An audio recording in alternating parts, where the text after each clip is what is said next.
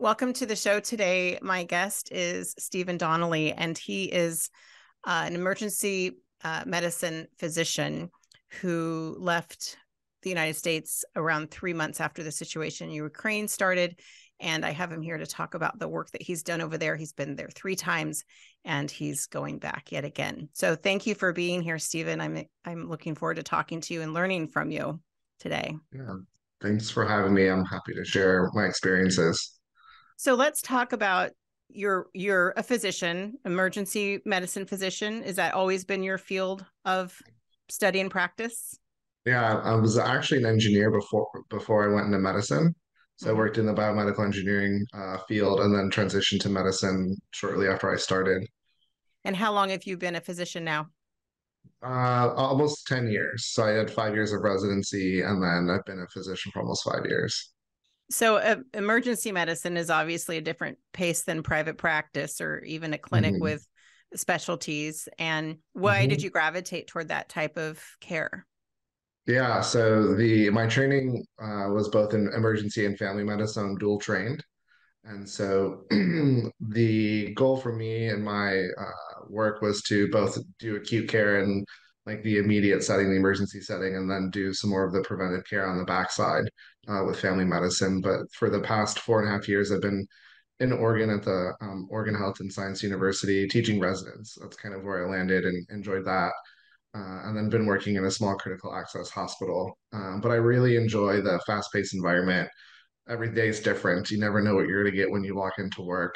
Um, and then the other part to it is like the people I work with are the best. They're very flexible, very focused, very hardworking, and I think that's what really gravitated me towards working in the emergency department more regularly. So let's talk then about your decision making and going over to Ukraine. One Mhm. of the things that I think is unique and why I'm so honored to share your story is that there are a lot of people, physicians and other fields of expertise, who would have wanted to go and help, who wanted to solve some sort of problems over there if they could. And a lot of times people think, well, I'm just one person, what can I possibly do? And obviously as a Mhm. physician, you, especially in emergency medicine, you have some options there. But what is the difference between the person who really wanted to go and you who actually went? And it's not Yeah. necessarily saying anything against the people who didn't go. Maybe hmm they couldn't go for whatever reasons, hmm financial, family, otherwise. But hmm what about you was is in you that said, I have to go? Yeah. That when the war started, it's a great question. Is I have no ties to Ukraine. I have no Ukrainian family. I didn't know the language, didn't really know the history, but there was something inside me that just woke up and was like, "You need to go. You need to find a way there." I was actually working a night shift when it started, the war started there. So I saw some of the first action and was like, "Okay, I need to start searching." So like got on the internet, started searching how to help in Ukraine, and I did that for a few weeks. And with my background in global health, I was wondering, okay, people are probably setting up programs. There's nothing that was really prepared for this, so there was going to be some lag time between like getting there to help and actually being effective. So many groups got back to me and were like, "We're just getting information. We're trying to figure out how to best use our resources," which totally That's made very sense to me. smart. I mean, hopping on a plane to Yeah. Ukraine and just saying, how can I help would not have been an effective use of your time or skills. No, and it probably would have taken away from other resources that were at the Exactly. time. Hmm. And so I was like, okay, I'll just wait for a little bit, be patient, and keep searching. And then through a friend of a friend, kind of networking, which I learned is the Ukrainian way of getting stuff done, I was able to make contact with our common contact, Ashley, and she put me in touch with one of her friends who was running a new organization that got started because of the war in Ukraine, called Austere Medical Relief Group. And I talked to her in April, and they were in the middle of their trip, and then I got offered the position in May. I So you think had to be accepted to the position as well. It wasn't Mhm. just because you Yeah. wanted to go, you were hmm volunteering. Yeah. So it takes a special type of people to work under stress all the Right. time. Being in the emergency department, it's kind of my bread and butter. Not going to an active war zone is a totally different type of feel, but the idea of being flexible and knowing what to do and having the skills to address what could potentially happen is super important. And then plus you have to depend on your teammates. So they wanted to make sure they had good team composition, I which wonder, what did your you mentioned the great people you work with in the emergency mhm, room department that you were working at before you left. Were they in mhm. support of you leaving? I mean, obviously they were losing a key team member, but they were in support of your efforts. Yeah, very much so. And they weren't surprised. No one was like, "Oh my gosh, I can't believe Steve's doing this." Or like, "This Right, is because you're totally kind of Steve." that's what I think, that there are people who are Hmm. made for this sort of thing, whatever Hmm. this looks like once you get Yeah. there. And then I'm single. I don't have any like obligations here. I have no children. I didn't have a partner. So for me to pick up my life and put it on pause for a month that wasn't a big burden for me. The biggest burden was actually trying to find a group to go with. And Mhm. then once I found a group to go with, it just pack everything up and then head over there and then work with that group to kind of figure out how things work there. Well, let's take a break here. And then when we come back, I want to hear, first of all, you've taken 3 trips. So we could do a whole episode just on each trip. But let's Mhm. take a break. When we come back, let's talk about those trips and what your experience was like, and then what your plan is, your next steps to go Sounds back. good. So we're talking with Stephen Donnelly. We'll be back in just a moment.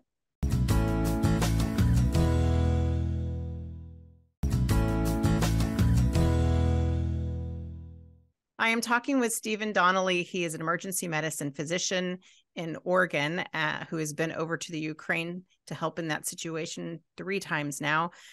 Stephen, you were about to tell us what it was like the first time you went over. You took the time to research and be hired, chosen to go and do this work that your field of medicine has prepared you for, as well as your personality and characteristics, I'm guessing. So what was it like when you first went over? And then we'll talk about each, the next two and second and third time you went, and how that Mhm. changed in each experience, what you saw differently. Yeah. So typically when you visit a country, you fly to like inside the country and you get to travel freely.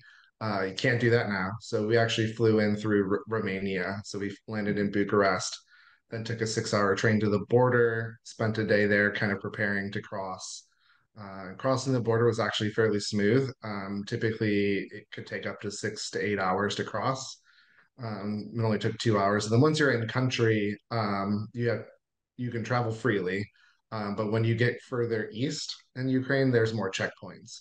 So we were stopping, and then we had a letter from the Ukrainian government saying like what our mission was, who we were working with, to let us get through the checkpoints to move further east.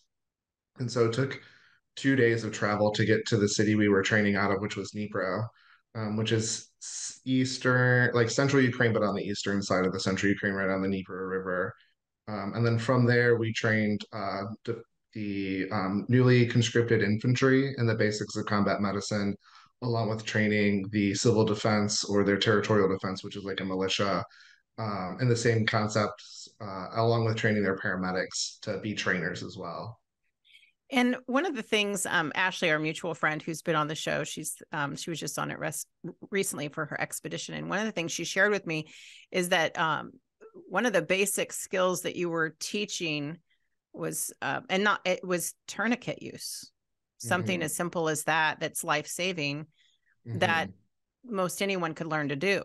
Um, Hmm. so who decides, not the curriculum, I guess isn't the word, but who decides what training you give that's the most life-saving with the Hmm. resources that you have available at the time?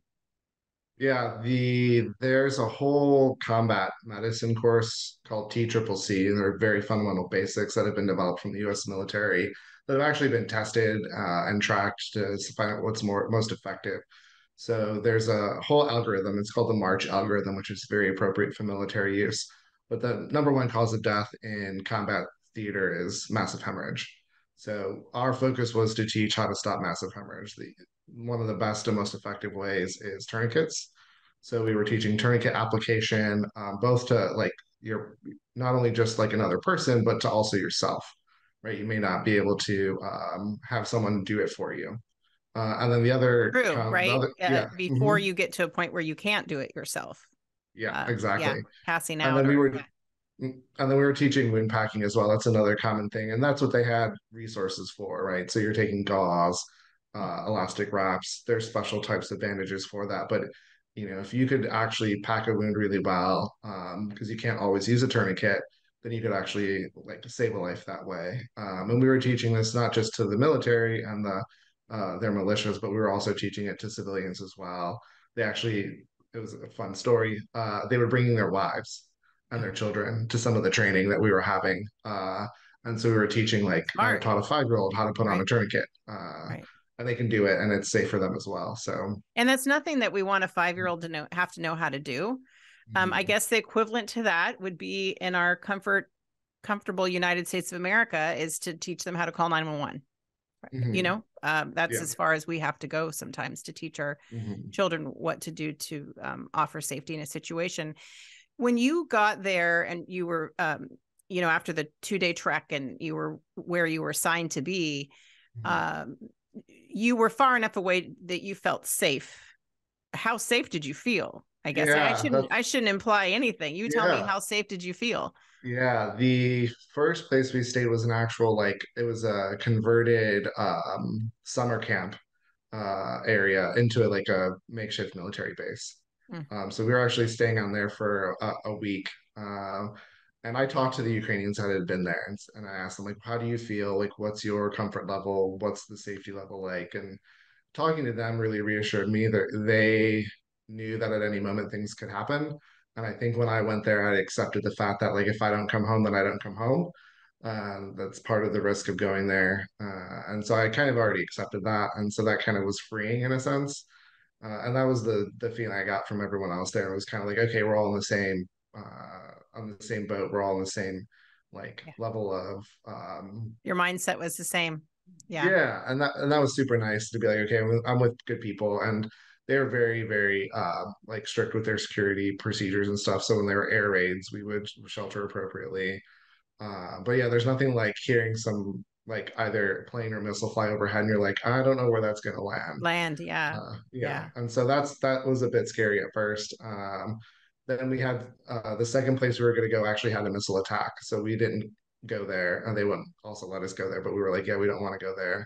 So we ended up staying off site after that. We changed our security protocols to say, okay, we're going to stay off site, travel to the places of training, and then leave during the night because the attack Oh, so happened at not night. be there at night, not be Hmm. there, not shelter in there.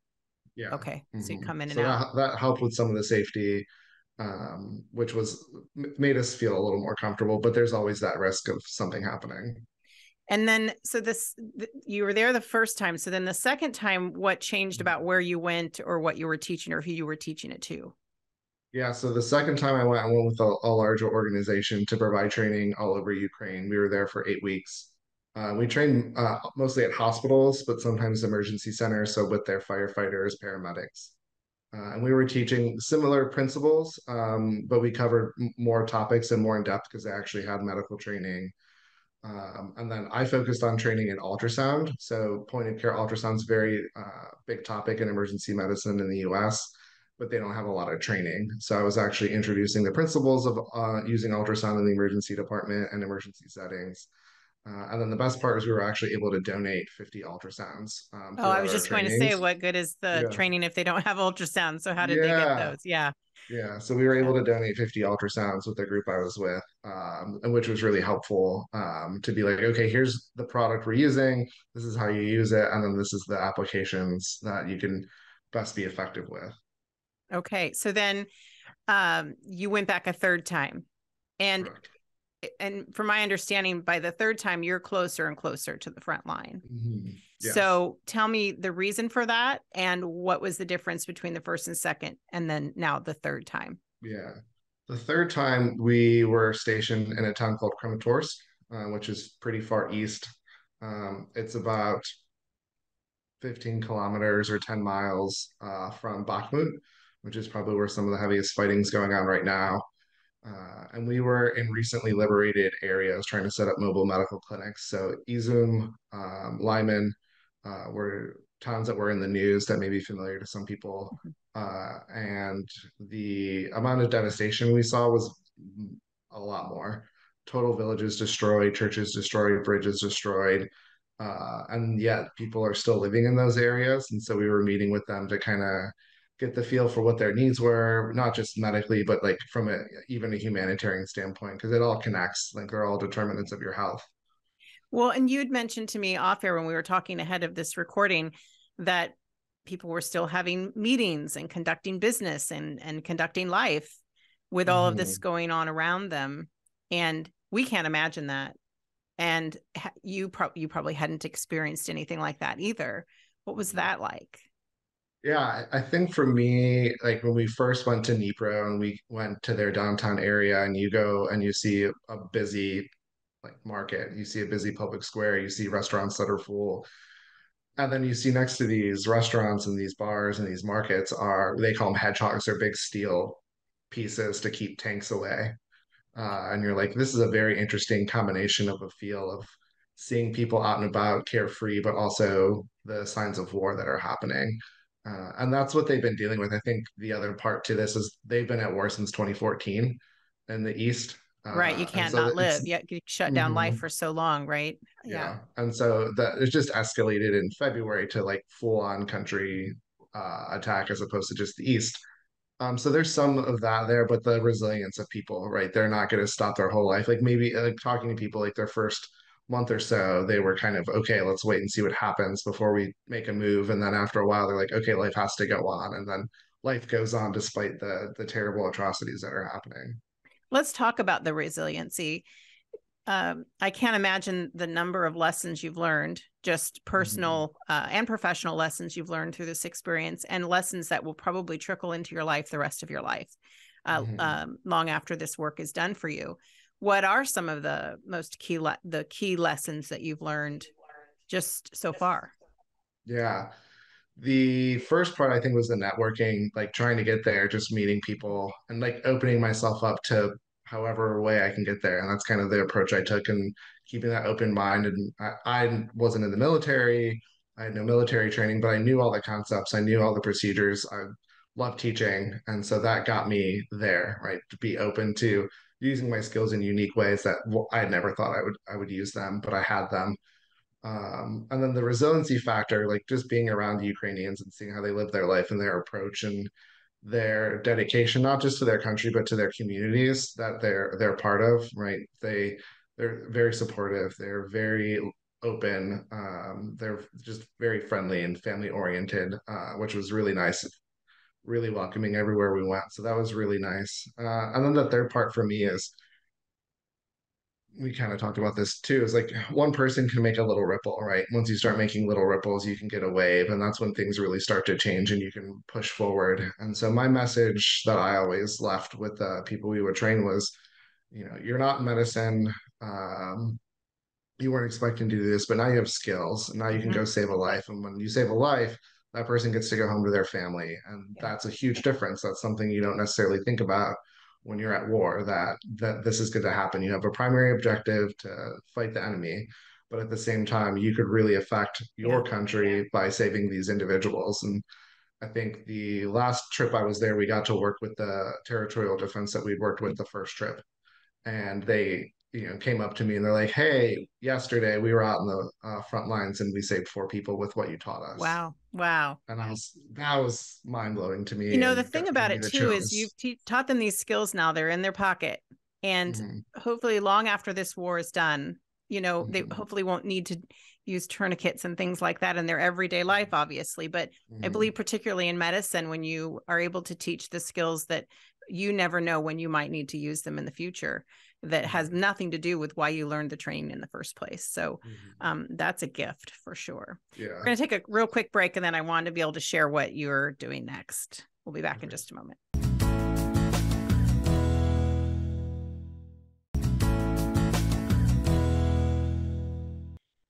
Stephen, one of the things, so when you were going back and forth to the Ukraine the 3 times to help, you were coming back to the same job at the same emergency room, emergency medical center. And so then now you've decided, you told me you just finished your final shift there and you're going Hmm. to the Ukraine for an Hmm. indefinite or a longer period of time. So I'm guessing that your staff there wasn't surprised about that either. They weren't surprised you No, went in the first place, and they're not surprised you're going for a longer no, stretch. No, and been very supportive. I think the impact I was making with the people I was working with touched me on a different level than the work I do on a regular basis. And to know that and see the impact happening on a regular basis, and then being in a place where just showing up is really important. Knowing that they're not alone, knowing that the rest of the world has their support, has their back, is a huge lift in their morale. Mhm. And based on just my experience there, and so to be there longer, to be there with them, to do the training, and kind of even pursue like teaching and Mhm. training and being a force multiplier is something that I think right now is best fit for me. Well, so you go over soon, and do you know how long you'll be there this time? Yeah, I'll be there for at least 3 months, Mhm. if not longer. And this time be doing very similar stuff, training trauma principles, both in the hospital and out of the hospital, training ultrasound, and then also be doing some medical care as well. They have mobile clinics set up around the affected parts in the south and east where people don't have access to care. So it's a mix of things. And so I'm really excited to be able to do both medicine and training. And you're on your way to go spend a little bit of time with your family, and then when do you leave? In 2 weeks, I'll leave in 2 weeks. I'll be there till at least the end of May. So when you go over there, we have just 2 minutes left. When you go over and back, is it a lot of the same people like yourself who are returning? Have new people come along, or what consistency are you seeing? Yeah, in my small bubble of people I know, there's definitely a core group that have stayed. There are some people who came once or twice and haven't been able to make it back for various reasons. And then there are people who go for 3 or 4 months at a time, return home, and then go back. And so there's probably three groups. I'm starting to be one of the core people that I know in my bubble Mhm. to kind of just stay there and make things happen. And so to be part of that and means a lot to me, and know people and have that connection, that community there is really helpful. And the best part is my interpreter that I've had the last three times will be with me again. So I'm very Oh, happy about that's that. good. Well, that's important too, that relationship of trust and that you Yes. build and being able to Mhm. communicate there. Well, Mhm. I thank you for coming here and sharing your story. I'd love to stay in touch and know how you're doing and invite you back um, once you've returned and you can share more about what you've learned over there and how you've helped. And I don't know how one mentally or physically or emotionally or spiritually prepares himself for the work you're doing, Mhm. but I just hope you feel I hope you feel blessed and at peace, and like the work you're doing is exactly the work you're supposed to do. Yeah. Thank you so much.